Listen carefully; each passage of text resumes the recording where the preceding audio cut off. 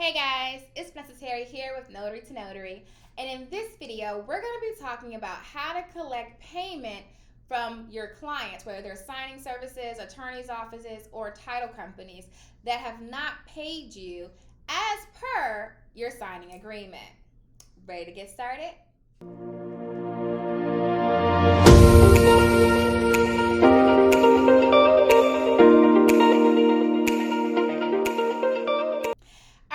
So you guys know I am the founder and head trainer of Notary to Notary, the online notary training program that teaches anybody in the United States how to build a successful notary business. Now, working as a notary, that means you have to get paid, right?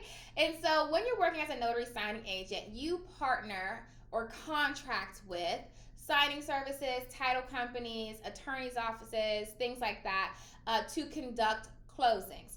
When you talk to these offices and you guys reach an agreement for your services, you are typically given an email confirmation. You also may be given a terms of service or terms of working together agreement. They can call it a number of different things, but basically it's an agreement that says, this is what we expect from you, this is what we're going to pay you, and this is how and when we're going to pay you. Okay? Now, typically, after you close a loan, you'll be paid within a week up until 45 days. Now, there are some companies out there that will pay 60 days, 90 days net. So make sure you know what that company's pay schedule is before you conduct that closing for them. Okay?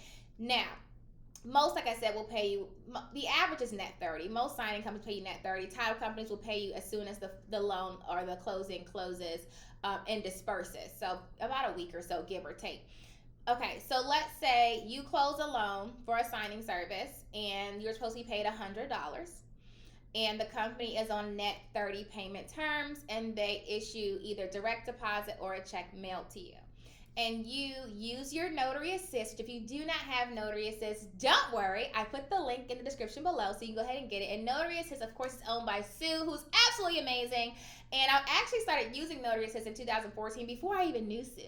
And then when I met her, I was like, yes, I made the great choice, right? She's amazing. I just love everything about Sue. But anywho, back to Notary Assist. So Notary Assist is a system, and I'll do a video on this for you guys too.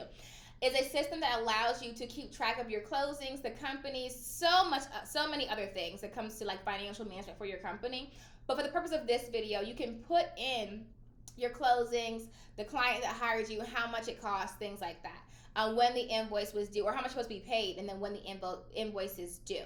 Okay, so what I typically do on Monday mornings is I go into my Notary Assist and I change my settings to past due 30 days. So anything that's should have been paid net 30, but we're on like day 32 or 35, and it'll show up what's past due.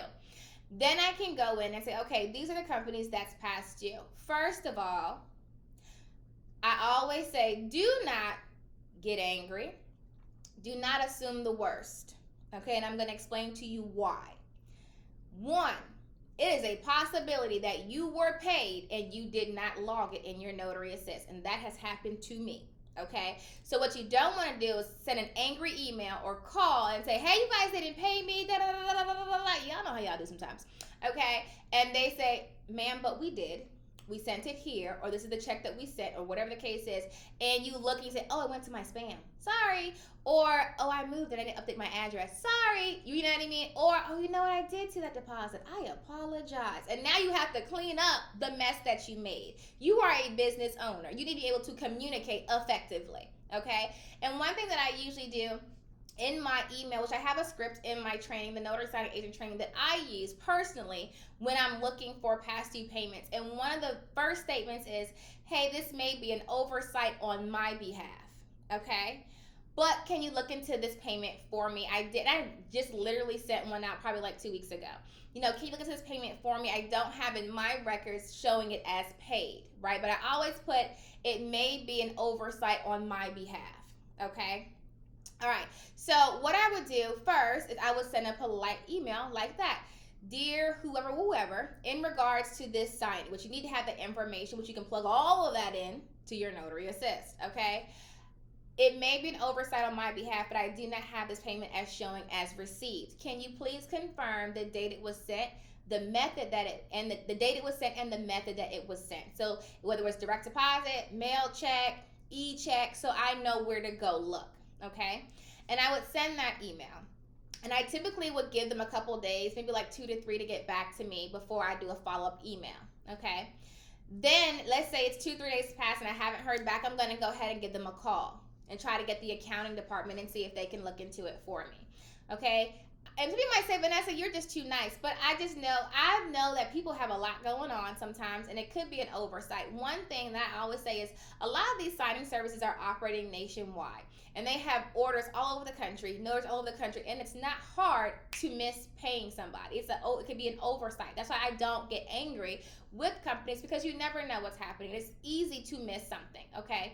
So I'll call, let's say they're looking into it. I'll send a follow-up email maybe like 2-3 days later. Okay, usually it's resolved within the first email, or definitely by the phone call. But let's say, for example, we're going on a little bit and they're just not getting back to. I've had companies that I was not able to reach. I only have probably like 2 or 3 companies that I know in my head that I stopped working with, not because they didn't pay me. It was because of the lack of communication. Okay, and I don't mean I sent the email, you didn't respond 1 time or twice. I mean I've sent 5 emails and I've called you 3 or 4 or 5 times and left voicemails, and there's still nothing. Now we have problems. Okay, and my thing, I be completely honest, I will never name names. That's just not my style. But I had a signing service that I work with a lot. Made really good friends with the owners and all the schedulers, and they hit a rough patch, and she was comfortable enough to tell me that, because I was looking for a payment, and she was just completely honest, like, Vanessa, we're a little late on stuff right now. Can you give me a minute? And I promise I will get you set, right? And some people might say, well, oh, that's a no-go for me. It's just my personality. I'm not gonna, if you can't, first of all, if you can't pay me, you can't pay me. 1, the fact that you had enough character and integrity to come to me and say, listen, we made a boo-boo, whatever the case is, money looking crazy right now, give me about 2 weeks. I will get you taken care of personally. I apologize, okay? No problem. It's perfectly fine. I appreciate you communicating with me, okay? But then I've had companies that went radio silence, okay? Nothing at all. Not nothing. Now we have problems, okay? I'll tell you one story. Won't name the company. I did an order for them, probably owed me like $100. I emailed, I called. I would get like an email back every once in a while, like, oh, we're still looking into it. Oh, we're gonna send you payment, but it was still nothing. This was going on for about a month, okay? And because they were communicating, it wasn't complete radio silence, I said, okay, let me see what they got going on, okay? But then at one point, it was just frustrating because I feel like y'all trying to play me, okay? And this is probably like 3 or 4, maybe 4 or 5 years, like 4 years ago. And I sent this email, don't do what I do, okay? And so I got really upset, and I'm all about positive energy, positive vibes, and I release. I do not like to hold on to negative tension, and I'm very it's a little bit beyond this conversation, but I release. If there's certain things I can't change, I don't change, and I release. And so what happens, I found myself allowing this company to frustrate me. And so I sent this email, probably like 2 paragraphs, right? Mind you, I've been emailing this whole time. I sent this email, and I worded and I said, I put the order, and I've been working with you guys. Well, I think I've been working with them a couple times, and I basically said what the order was. I said, I've been calling and emailing since this date. I've gotten these responses. You guys have not been communicating with me. I don't really know what's going on. At this point, I feel like you're intentionally ignoring me when you could just be communicating with me and telling me what is really going on. If you guys needed more time, you should have said that. But at this point, I feel like what you're doing is disrespectful, yada, yada, yada. And then I went on to say, and it's really stressing me out, and it's causing me, this is what I put, it's causing me to, I'm irritated and I'm stressed out, and that's not the way I want to operate my life.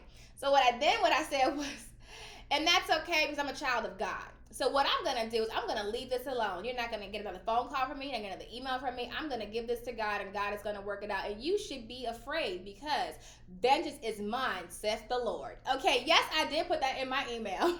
Okay, so I bid you adieu, and I wish you the best life. Okay, and I sent that email. Do y'all know I had a check in my mailbox in a couple days? I was like, look at y'all being scared of God. Look. I was just laughing. It was so funny. But I don't do that now. This was probably like 4 or 5 years ago. I was they stressed me out. Okay, I said, look, I am a child of God. You will not. And I said, it's okay. I release you. But vengeance is mine, saith the Lord. Okay, so I'm afraid of what God's gonna do to you. Okay. Anywho, now what I do is I use a program called Legalshield, and I also put that link in the bottom.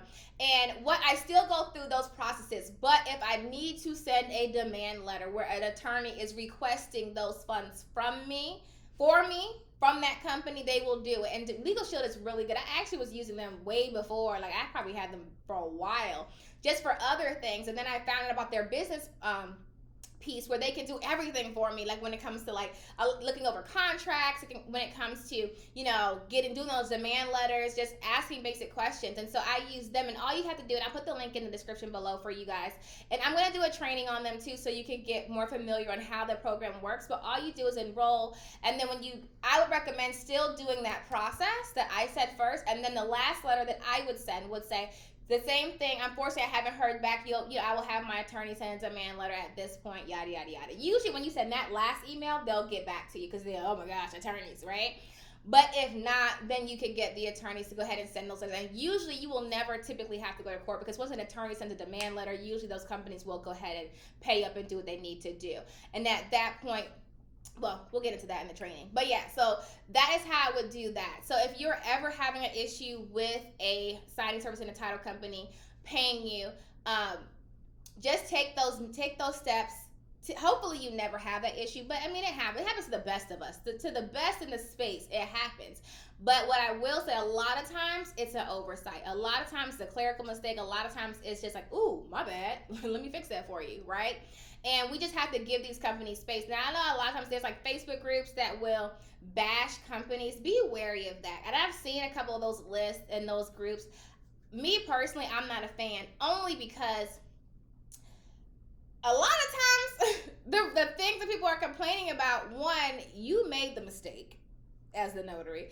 Two, you're so angry that you were supposed to be paid on a net 30, you got paid on net 31, and now this is the worst company in the entire world from one sign. It's just like, you give people no room to have error or to make mistakes. Yes, companies should do their best to operate wonderfully, but that's why I do not do notary Facebook groups. I just don't do them. My Facebook group, yes, because I monitor it heavily. We don't do negative vibes at all. But I don't do it because there's a lot of toxicity in there. There's a lot of people that just wait. They just hurt people. I say it all the time. There's a lot of people who are just waiting for the waiting. Oh, I can't wait to put a bad review. I can't wait to do it. And then they feed off of negativity. They feed off of it. And I knew one company in particular I won't name, is one of my favorite companies. I saw them listed and they were like, oh, they were complaining. I'm like, first of all, and then when you see that, you as a notary coming in, you're like, oh, I'm not gonna work with them. First of all, you never know the complete story. You have one side of the story.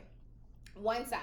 And then one thing I always say is, there's only one company that I've worked for. One that I've worked for in the past, since 2014, that has never missed a payment or made a mistake, okay, consistently. One. Yep. One. Okay. And that's okay, because I give people that space. I feel like if someone makes a mistake, you give them space to fix it. You know what I mean? Because you make mistakes. Are you perfect? Did you make a mistake today already? Okay, so stop with the extraness, okay? Stop. Now, as long as companies are doing their best to fix it, and it also depends, because sometimes companies, if they have a reputation for never paying, that's one thing. And never paying means that there's a whole lot of notaries that's like, yo, I never get paid. That's one thing. One or two here and there that say, oh, I didn't get a check. Did you follow up? What did you say? What did you do? How was the transaction? Sometimes there are times where a notary may feel that they deserve to be paid for a signing that they did incorrectly. But they're not going to tell you that, are they? They may say, I did this closing, this company refuses to pay me, and we're on day 45. But the company already told you they're not paying you because you did the closing, but your docs were printed off. Or we never got the closing package back. Or, whatever. Maybe you made mistakes they wanted you to fix and you refused to fix it. Who knows? But that's why I say you only get one side of the story.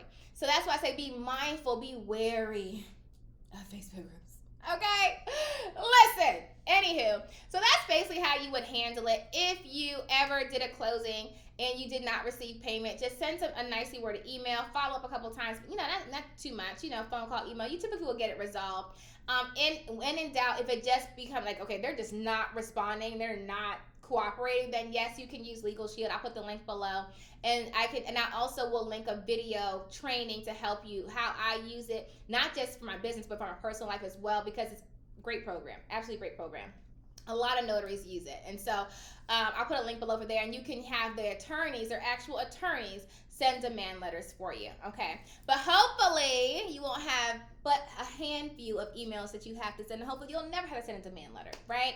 Hopefully everybody will be able to work everything out peacefully, kumbaya. Listen, okay, for more training on how to build a successful notary business, go to my website online, notarytonotary.com, and get into the Ultimate Notary Training Bundle. That's going to teach you everything that you need to know to build a notary business, regardless of the state that you are in. And until next time, happy signing.